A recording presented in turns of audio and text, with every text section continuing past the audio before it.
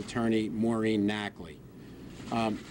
Today, we're here to announce the takedown of a large-scale, dual-tracked investigation.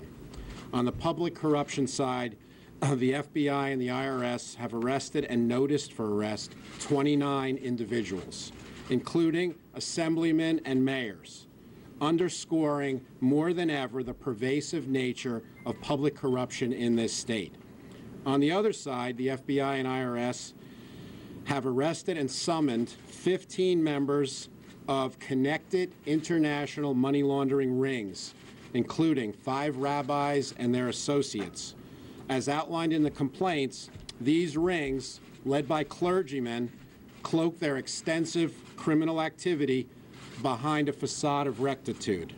Let me give you a few more details, and then SAC Wason Dunn and ASAC Ed Caro will talk a little more about the investigation, and SAC Julio LaRosa will have a few remarks. Arrested today, I'm just going to be a couple of my highlights. Daniel Van Pelt, a state assemblyman from Ocean County. Harvey Smith has to be summoned because he is out of state. He is also an assemblyman from Hudson County. His warrant is unsealed at this time. Some of his noteworthy statements as set forth in the complaint include the following. At one point, when the CW referred to a $5,000 payoff and said he was generous to Smith, Smith's response was, "According to your standards, you're generous."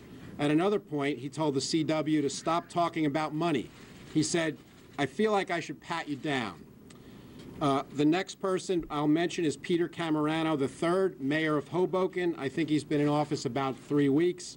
As set forth in the complaint, some of Mr. Camerano's noteworthy statements include, on May 19th at the Malibu Diner, talking about the runoff election in Hoboken, he said, "I could be indicted and still get 85 to 95% of the vote." Later in that conversation, he told the CW, the cooperating witness, I'm sorry, the CW, he broke the world down into 3. People with us, you guys. People who climbed on board in the runoff, they have to get in line. And people who were against us the whole way, they get ground into powder.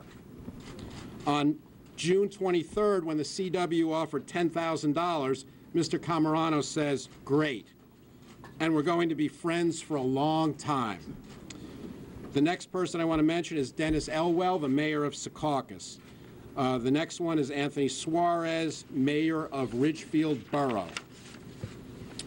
Leona Beldini, deputy mayor of Jersey City. Lou Manzo, former assemblyman and candidate for Jersey City mayor. According to the complaints, Lou Manzo's brother Ron, also charged today, coached the CW so that when the CW said, "I'm investing in Lou Manzo in exchange for development approvals," Manzo told him not to use the word approvals, but rather to use the code word opportunities. There are a host of other officials and middlemen also arrested today. It was the network of middlemen, including John Guarini, Meyer Khalil, Ron Manzo, Jack Shaw, and Ed Cheatham, who introduced the FBI CW to the public officials as a developer and businessman.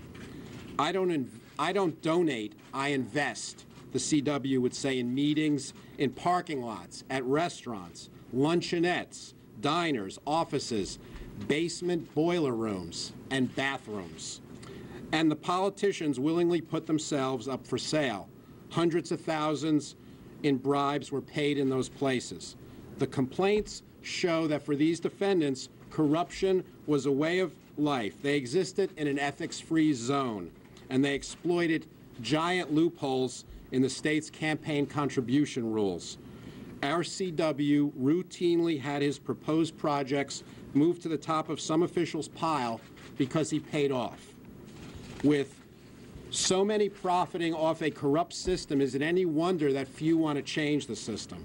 Once again, the victims are the average citizens and the honest business people in this state. They don't have a chance in this culture of corruption.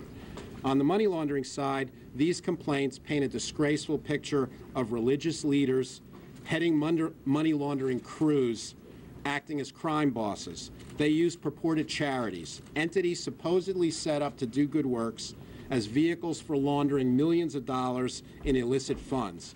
The rings were international in scope, connected to Deal, New Jersey, Brooklyn, New York, Israel, and Switzerland. And they trafficked in cleaning of dirty money all across the world. We have 3 charts illustrating the flow of cash and checks. I was hoping to use the screen, but the screen's blocked, so we're handing those out. Don't worry about that. In about 2 years, these defendants laundered over $3 million just with our CW alone. I must also mention, connected to the money laundering, we have one defendant, Mr. Rosenbaum, who we refer to as our kidney salesman. As set forth in the complaint, his business was to entice vulnerable people to give up a kidney for $10,000, which he in turn would turn around and sell for $160,000. At this point, I'd like to turn the podium over to Special Agent in Charge, Wace and Dunn. Thank you very much. Thank you, Mr. Mara. Over here. Go ahead.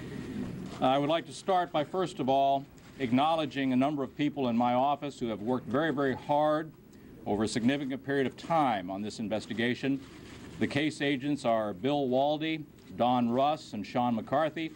The case was supervised by Daniel McKenna and Michael Costanzi, and then Ed Kerr, who you're going to hear from in a few moments, was the executive on my staff that had direct oversight of this case. So my congratulations to them. I also want to thank our partners at the U.S. Attorney's Office and the IRS Criminal Investigative Division. The arrests that Mr. Mara just announced are truly unprecedented. They are unprecedented because of the combination of the number and prominence of the individuals involved, the dispersal of the alleged criminal activity throughout the state, and the broad variety of crimes which have been charged. Starting at 6 a.m. this morning, more than 300 agents of the FBI and the IRS CID fanned out through the state of New Jersey and into the greater metropolitan New York area to execute search and arrest warrants at 54 different locations. As Mr. Mara indicated, the people that we have arrested today include mayors, deputy mayors, New Jersey state assemblymen, city councilmen, city council candidates, and a variety of other public officials ranging from commissioners to regulatory inspectors, and of course, a number of rabbis from the Jewish community. The list of people we arrested sounds like it should be the roster for a meeting of community leaders. But sadly, they weren't meeting in a boardroom this morning. They were in the FBI booking room. The people we arrested came from Ocean County, Hudson County, Union County, and Bergen County. The search warrants we executed today included search warrants on the offices and the residence of Joseph V. Doria, Jr., the New Jersey Commissioner of the Division of Community Affairs and also Chairman of the New Jersey Meadowlands Commission. We also executed search warrants on the office of the President at St. Peter's College and on the office of a synagogue in Deal, New Jersey. The investigation that led us to where we are this morning has been ongoing for 10 years. That's right, I said 10 years. Many of you may be familiar with this case because this case is codenamed Bid Rig. It is a case that in the past decade has already resulted in 2 highly publicized roundups of public officials followed by trials and convictions. Prior to today, the Bid Rig investigation has already yielded the conviction of 48 public officials, the seizure of more than $600,000 and more than $1 million in fines.